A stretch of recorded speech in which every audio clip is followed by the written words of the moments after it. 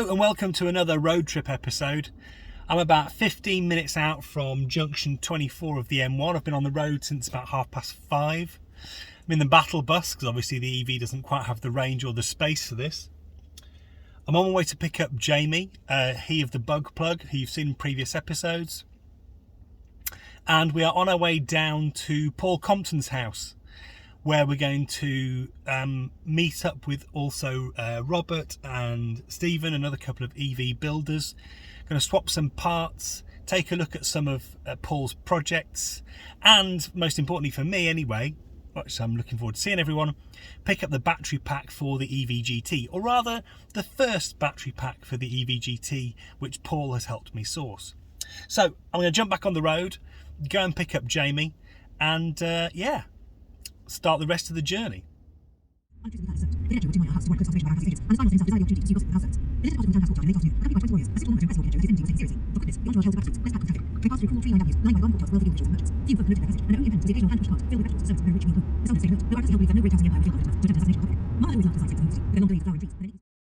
That error corrected and 3 more added. Yeah. That is bad enough when my V5 turned up as Mrs. Robert Stevens. It's now just Robert Stevens on a null. What's your plan for this then? I know it's not an immediate one. Well, the interior is all at a trimmer in Leighton Buzzards. Okay. And as soon as the interior comes back, I'm going to try and put it on the road. With its Alpha V6? Yeah, the air ride will get... I've got well, not stock, I've got coil spring suspension to go back on it, because the air ride is just a pain in the arse. Yeah. Because it drops in about 10 minutes and then takes about 2 minutes to pump back up again. So you can, well, yeah, and you know it's a driver's car. Yeah. You know, with all the people say, oh, but you've ripped the best part out of the Excel. Sorry, if you think the best part of an Excel is Lotus's engine, you don't understand Lotus. You know, it was a fine engine. It was absolutely cut. You can tell I'm not a cameraman. I should have captured the entry to that unzipping. It's like a trove. This is amazing. So there's a rather nice 175 GT Marini up the end. That's 1954. I recognise the insides of a BMW pack there. Yeah, that's one of the 12 kilowatt hour packs. That a Gen 3 or is that an IS300H inverter? Yeah, I think that's 300H. Yeah, that's the 300H one. That's one I've got. Yeah. Yeah, so but that is available. Oh, okay, I've already got one unfortunately. But, yeah. You need a spare one? I don't know. Given Tom's record. I've destroyed more control boards than inverters. But I think that owes me The BMW module. Yeah, that's the newer BMW modules, I think. It's tiny for what it drives then. Cause that's... Oh, I'll show you the power module that's in the Gen 3 Leaf inverter and is in the i3, BMW i3 as well. But yeah, that's early Leaf motor. That one and that one. So yes, I have Gen 1, Gen 2, Gen 3 Leaf inverters. Well, I bought an entire stack. Gen 1 Leaf stack, gearbox, drive shafts, coolant pumps, absolutely everything for £1,000 delivered. Wow. I got another Leaf motor for 300 quid. Gen 2 Leaf inverter for 180. That is a hell of a lot beefier than what I've got in the car at the minute. Yeah. And that's in the blue plastic there. That's a new old stock Gen 3. 480 quid. Bloody hell. Where are you picking these up and can we have their details? eBay? Yeah. You're just really good at it. Now, the thing is, I buy things when they're the right price. Yes, rather than when you need them. Not when I need them. So that's another Leaf motor down there, is it? That's another EM61. The theory is the number somehow relates to the magnet strength. Right. So the EM61 was the early motor. Yeah. EM57 was the later motor, about 2013 on. with cheaper magnets. And the 61's the beast. And you'll actually find the gearing is different between EM61 and 57. Oh, right. There's one tooth difference in 2 of the gears in the gearboxes. I'm glad you're capturing this so we can Yeah. go back on it. The Gen one was Arlo did, wasn't it, with his CRX, wasn't it? I think. Wasn't it? Yeah, that's what Ireland's. He's got that motor, and you can notice it's got a cable. It's physically separate from the inverter. Yes, yeah, yeah. It's not the stack. And in fact, the charger on those is in the back of the car somewhere. They are seriously beefy. But Is this the one to get then? Is that the best of the Leaf one? The 61. 61. Depends, because basically there's no difference in performance between a pre-2013 Leaf and a post-2013 Leaf. What they realised was they could make the drive system just as efficient, same power output, but with a cheaper motor. If you're hot rodding, that's got more torque per amp. Yeah. And potentially more power. But you've got to remember the EM57, the top spec Leaf is 217 PS. So 215 Yeah. horsepower. And I noticed something in the spec of the Orion. What's the... That's the new new Nissan one. Yeah, EV. yeah. It still uses the EM57 motors, either a single or a dual. Huh. There's a two-wheel drive option that they're rating at 257 PS. Same motor. So you can actually overclock the 57 as well as the 61. Well, I mean, fundamentally, it's a thermal thing. Right, okay. Can you get the heat out? Now, there comes a point where They're water jacketed, are they? Oh, they're water cooled. You can see the elbow on the top there. Yeah, yeah. But you can, you get to a point where you start hitting magnetic saturation.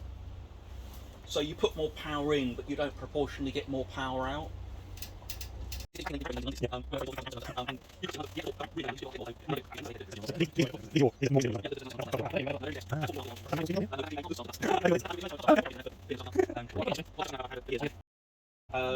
Well, I've got lots and lots and lots of Prius power stages. How many are dead? No, they're all good. Oh, just basically, I went on a trip up to Birmingham because how many minicabs are there in Birmingham? And they're all Priuses, and they're not licensable once they're 12 years old. Is that so? So Birmingham Breakers is the place to get Prius parts. Yeah, I mean they literally had a mountain of inverters and gearboxes because it's a Toyota part, it doesn't go wrong. And how much would you pay for a 400,000 mile Prius that a lot of people have been sick in the back of? Now that is your cheapest possible EV conversion. Yeah. Because all you do is take the engine out, weld up the power split, put some batteries in it, and it's an EV. Yeah, yeah. But And do a lot of playing with CAN bus. I was paying like 40 quid an inverter. And I just bought them as cheap power stages to play with because it was kind of like I bought a couple and I said you can have some more and have it all a bit cheaper. How's the Yorkshireman feeling hearing that? Trip to Birmingham sounds like it's on the card. Yeah. Should we meet up in Birmingham next time? Yeah, exactly. 400 quid. Fluff that.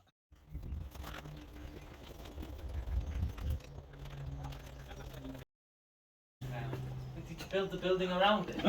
What? What? Turn the camera around, we need the expression.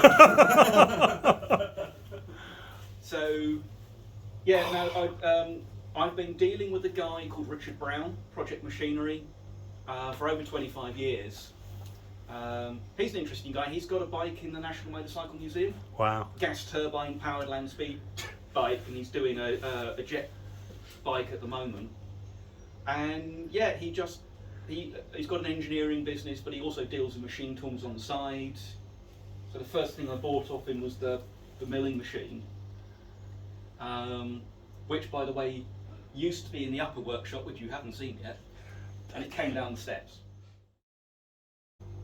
Under the cover, with a name that'll mean something to a lot of older people. Orac. Blake 7 fans. Yeah. That is a CNC lathe from 1984. It was a training lathe, and as is very typical with them, money by the government went to all schools and colleges to have a CNC lathe. We're going to teach everybody, but they never put the money into the teacher training. So after about a year, it was abandoned in a corner, never to be used again. So you get these machines that have got zero wear in them. You know, just the other week, someone persuaded me to take on another motorcycle recommission, and they bribed me with their father's engineering tools. their father never did engineering. He was going to do model engineering when he retired. Bought a load of tools, never got round to it. Crikey, what did you get then? Oh well, I mean, there's things like a scissor knurling tool. Yeah. With a bunch of knurls and boxes of drills. Just untouched stuff. Rather nice items like this sensitive drilling attachment. So you notice quite a small collet. Yeah, very small. And I actually have the set of collets that goes with it. But this is stuff that I still haven't sorted into the cabinets. Zero cost build. Zero cost build. Yeah, the only bought-in items are the bearings, Right. and they were in stock from another project. Huh. The main tubing is central heating pipes from my past employer. When they were doing the building refit, all that ended up in a skip. There's me buying one. Well, you know the old engineer's adage: I'd rather be looking at it than for it. Yes. So you hoard materials, and I had that for quite a long time, and it's like, yes, I've used something I've hoarded. Yes. This is all very neat. I have been welding for a few years, and I do. You've had a bit very nice welder. A bit of practice, yeah. Well, I've recently upgraded. I had their old 160 amp MIG. Right. And it had a slight design fault in that sometimes when starting an arc, it would trip out. Yeah. So if it didn't start the arc cleanly, it would just shut down, and I'd have to turn it off and back on again. And I contacted Artec, and they said, yeah, that's an old model, we can take it in and look at it, but how about we do you a really good deal on the latest one? Nice. So if anyone wants a very nice but occasionally annoying inverter MIG, I have the 160. And yes, I mean, I would have made all the trolleys and my plasma cutter. Yeah. Probably a bit more expensive than mine. 120 quid. And mine was 120 quid as well. Yeah. So not more expensive than mine. That came in from a German eBayer who disappeared 6 months later. Huh. But there was my TIG welder, which is over there, which I've had for more than a decade, cheap Chinese TIG welder. The guy who, I don't know if he's still trading, but he was a trader called Shop River, was his eBay name. And he was really good about supplying replacement parts. Huh. So when someone on one of the welding forums had their Butters, is it a Butters? I can't remember. But their same model of plasma cutter go, I said, try this guy. And they just took a picture of the failed board. And he said, oh yeah, I know which one that is, 25 quid. Amazing. And just send it out and got it working again. Recently discovered the Saint-Gobain Flexolits. Oh, yeah. 0.8mm, not 1mm. Oh. Cutting discs. Cutting discs. Really good. I've long been using the 1mm. Yeah. Very early on, when I discovered those. But when you're doing the, particularly if you watch Fitzy's Fabrication. Yeah. And his 45-degree cut and butt. It's like how to make your butt look smaller. There are 0.8mm discs.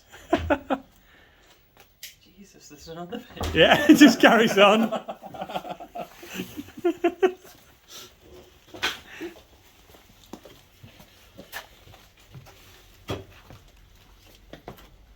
So this looks like an electric bike. That's my now on the back burner G-Wiz C12 with a different style of bodywork on it. 4 BMW modules. Yeah. Wow. And what's the motor? The motor is an Agni because I've known Cedric Lynch since about 1995 or 1993 might be, and he designed the eponymous Lynch motor, Right. which was also made by a company called Lemco, was also made by a company called Agni, which was set up by his long-term friend Arvind. That motor was an experimental configuration that they were playing around with during the development of the motors for the TT bike. Wow. Because Agni won the inaugural electric TT. And that motor wasn't giving them the highest performance, but it's just a slightly different number of strips in the motor, different torque per amp volt and RPM per volt. So it's a two-stage, it's a chain final with a belt drive to the relay shaft. That thing's got to be fairly rapid.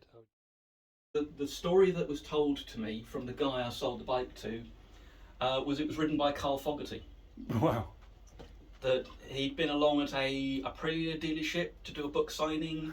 They'd asked him, my friend, to bring the bike down because it always attracted attention. It was in bright Kawasaki green. And the story goes that towards the end of the day, Foggy wandered over and said, "How come your bike's been getting as much interest as me?" And they had a little chat, and I was invited to ride in the inaugural electric TT, but thought it wouldn't be up to much, and then kind of regretted it when they went 98. Was it a 90? No, an 86 odd mile an hour lap. Right. Which broke the all-time 50cc record. Yeah. Bearing in mind that the 50cc record was 14-speed gearboxes, and it was the most expensive TT bikes at the time. Yeah. Supposedly Foggy then took it out for a little ride and was quite impressed with the way it got away from a set of lights. Yeah.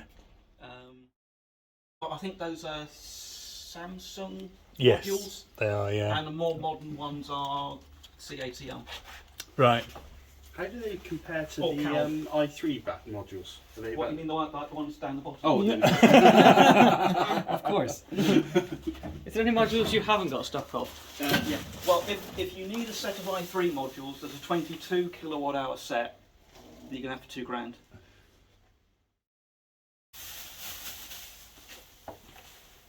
And then there's more.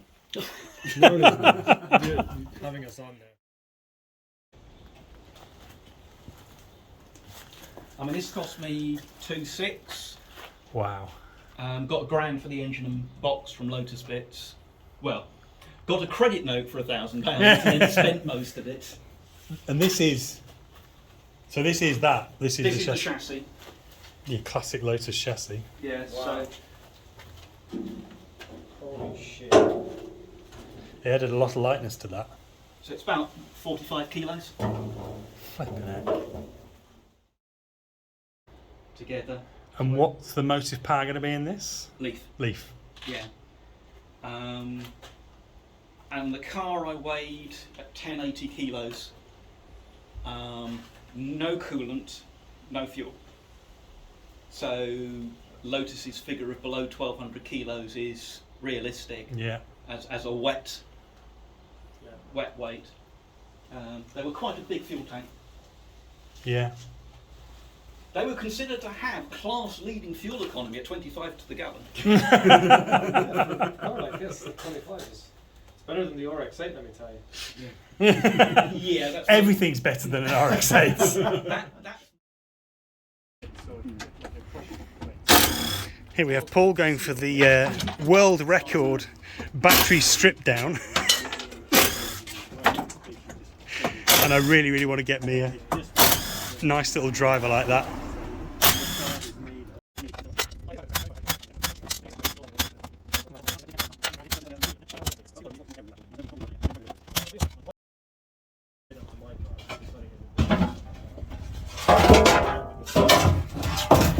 Lovely. Right, do people want instruction on battery pack dismantling? Don't touch I the won't orange be working bits. with gloves because I find that I can't get release Yeah, these I connectors can't undo anyway. them. But they design these to be really safe. So, and any battery pack, my principle is split it in half first. Yeah. This cable here, and the way these are designed, they're very well shrouded. You can't- turbos. yeah. That's a really clever design. Yeah, I love this. Why that's why I'm sticking with the BMW modules. Because We've got- If you get another call, Paul, you just let me know. The guy's got another one available. I know. Really? Yeah. I'd be having it now if I had another 800 quid to spare. I'll have it.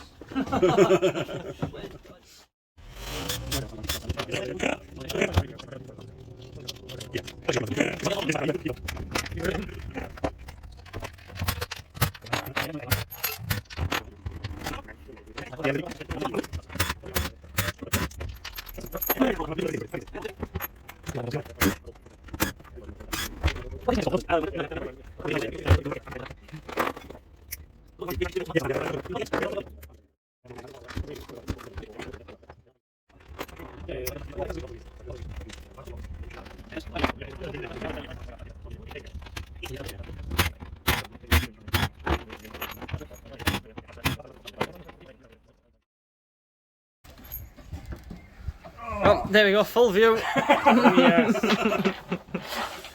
I really should have pulled them up before I. Don't worry. Too late now. You just won't get advertising on YouTube. Demonetised. Put it on OnlyFans, eh? There's probably somebody willing to pay for that. I don't know. This apparently is a vent, which is a good thing to have. So I might add one of those to my battery box. I'm just getting the last connectors off now. And then we're good. Not got any soldering done today, but you know, that can wait. Your cost to return is massive. He's so happy. Look at that. Is that what acceleration feels like, Jamie? And it just pulls straight up on the handbrake. How was that? Awesome. I think you might be faster than the Beetle. Next victim. Isn't there? Watch out, Paul. You might be trying to go around the back.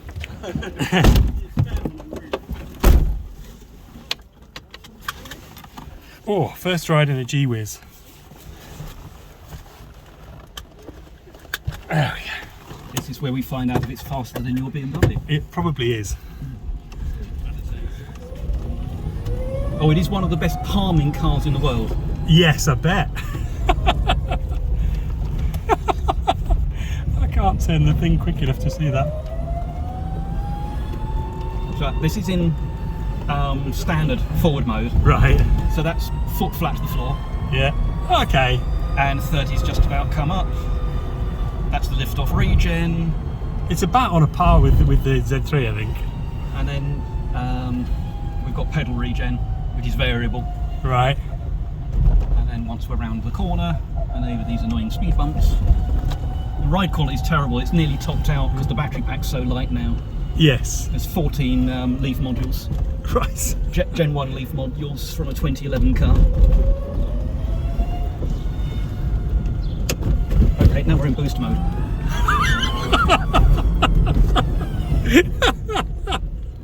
Yeah, that's faster than the Z3.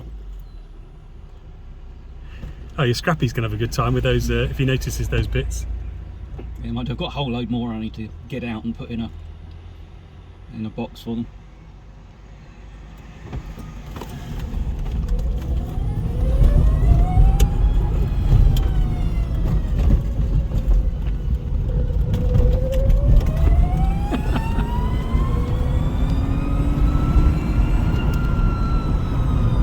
So that's all regen. Wow.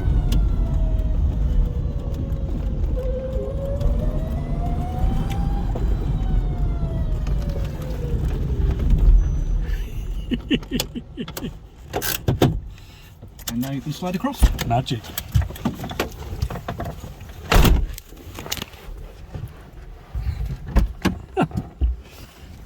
Can I give you that? Yeah, just give me a sec.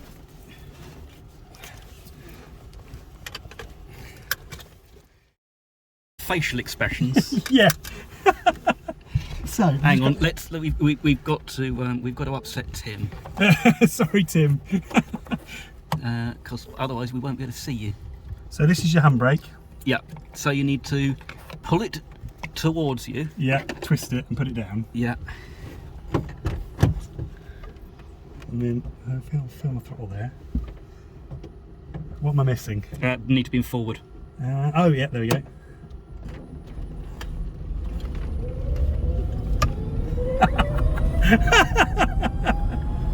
Oh man, that feels so weird.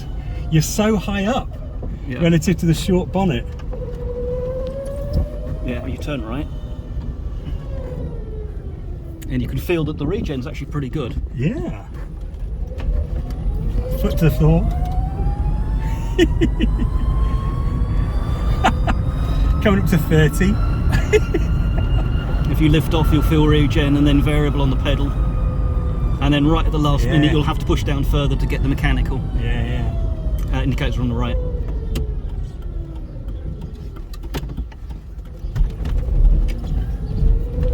Speed bump. Yeah. Right, now after you've got round the corner, if you switch up into boost mode. So how do I do that? Oh, that's through there. Yeah. Gotcha. I seen what Alex Kirsten was bouncing around on a car throttle now. So round the corner into boost between those. Oh man, that is a lot of fun. 30 comes up very quickly. Yeah, it's not bonk. too bad.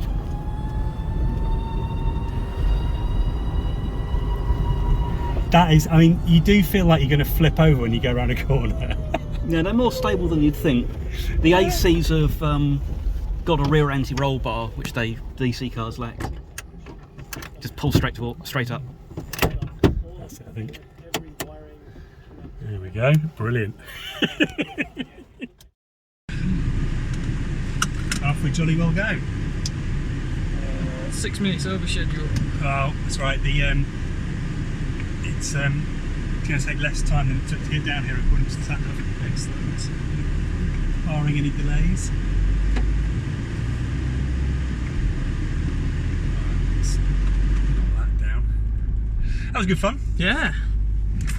Didn't shoot anywhere near all of Paul's incredible array of projects, tools, spaces, stocks of batteries, motors. I mean, you're just walking around and you just sort of trip over. Oh look, there's another motor. It's quite incredible what he's got. I'd love just 10 minutes to raid as much of that as possible. Like supermarket sweep. Yeah. Yeah, I suspect that's what my workshop's going to look like in about 10 years. I'd like to have that many machine tools. His lathe collection. You could do so much with those lathes and that milling machine. I mean, with the skills to do it. But yeah, spectacular. So I've got a boot full of batteries, which is cool. You're quite impressed with those, aren't you? I am, yes. I think they're better than the VW ones, size-wise. Yeah. Well done, well indicated. Yeah, I'm really pleased with those. I think 12 kilowatt hours in a pack that size, because you can pack them a lot smaller than they are in the saddle packs in the 330e. The same size modules. So yeah, you basically take those in the first 330e it was the 7.6 kilowatt hour 5 modules that I've got, and now they're using the same saddle packs as they used in the 5 series, which is you saw that of the 3 on each side. I'm hoping I can get that I can pack 6 side by side in a single pack in the front, and then have to be some sort of creative arrangement at the back where the fuel tank is, and then with the GC with the and then a third pack under the boot floor, which will get me to my 36, which should give me my at least 100 mile range, which is what I want from the GT. But yeah, crazy. I mean, very tempting to take him up on the offer of a spare i300H inverter. Can't see that I actually need a spare, but it's good to know he's got one if needs be. I think he's got a spare one of those. Yeah, definitely. Right, so long journey back. Got to be back to, both got kid requirements, 3-ish, so dash up the M1 now, and yeah, see you for the next video from the workshop.